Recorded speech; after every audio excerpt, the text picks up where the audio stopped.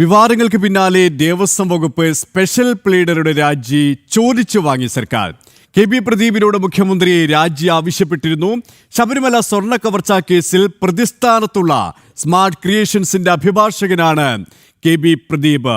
വ്യാപകമായി പരാതി ഉയർന്ന സാഹചര്യത്തിലാണ് രാജി ആവശ്യപ്പെട്ടതെന്ന് ദേവസ്വം മന്ത്രി കെ. മുരളീധരൻ പറഞ്ഞു.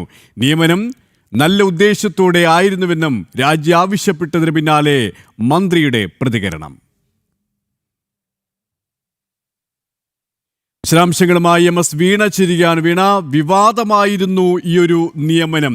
സ്മാർട്ട് ക്രിയേഷൻസിന്റെ അഭിഭാഷകനെ ഇത്തരത്തിൽ പ്രധാനപ്പെട്ട ഒരു തസ്തികയിൽ നിയമിച്ചതിനെതിരെ കക്ഷിരാഷ്ട്രീയ ഭേദമന്യേയുള്ള ഒരു വിമർശനമാണ് ഉണ്ടായത്. ഇതിന് പിന്നാലെയാണ് മുഖ്യമന്ത്രി രാജി ആവശ്യപ്പെട്ടത്. എന്നാൽ അതിനെ ന്യായീകരിക്കുന്ന സമീപനം തന്നെയാണ് ദേവസ്വം മന്ത്രി ആവർത്തിക്കുന്നത്, അല്ലേ?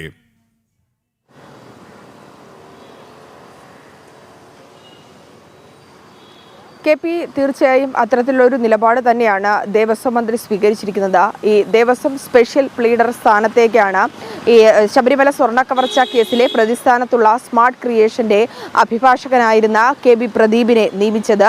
ഒരു എടുത്തുചാടിയുള്ള ഒരു തീരുമാനമായിരുന്നു. ആ നിയമനം തന്നെ അമ്പരപ്പോടു കൂടിയാണ് നിയമന വാർത്ത തന്നെ കേട്ടത്. തൊട്ടു പിന്നാലെ ഇതിൽ മുൻപ്, അതായത് ആ നിയമനം നടന്ന സമയത്ത് തന്നെ ആരോഗ്യമന്ത്രി കെ. മുരളീധരന്റെ പ്രതികരണം തേടിയിരുന്നു.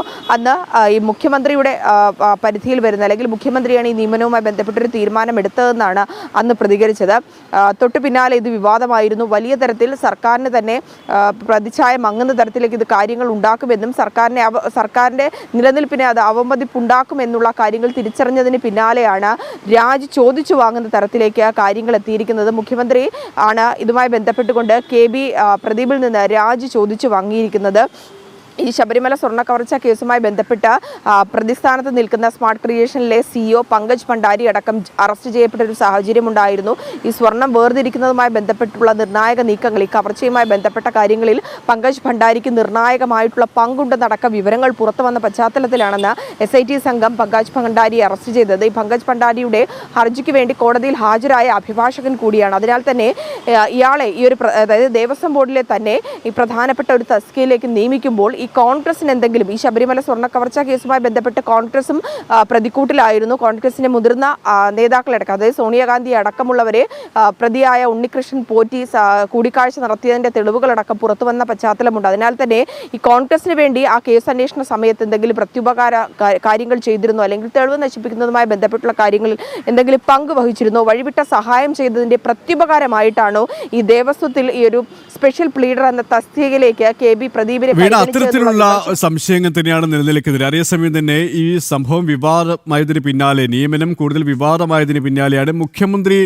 രാജി ആവശ്യപ്പെട്ടത്. എന്നാൽ നല്ല ഉദ്ദേശത്തോടെ ആയിരുന്നു പ്രദീപ് കുമാറിന്റെ നിയമനം എന്ന രീതിയിലുള്ള ഒരു ന്യായീകരണമാണ് ദേവസ്വം മന്ത്രി നൽകിയത്. അതായത് മന്ത്രിമാർക്കിടയിലെ ഒരു ഭിന്നത കൂടി ഈ ഒരു വിഷയത്തിൽ വ്യക്തമാവുകയാണ്, പ്രകടമാവുകയാണല്ലേ?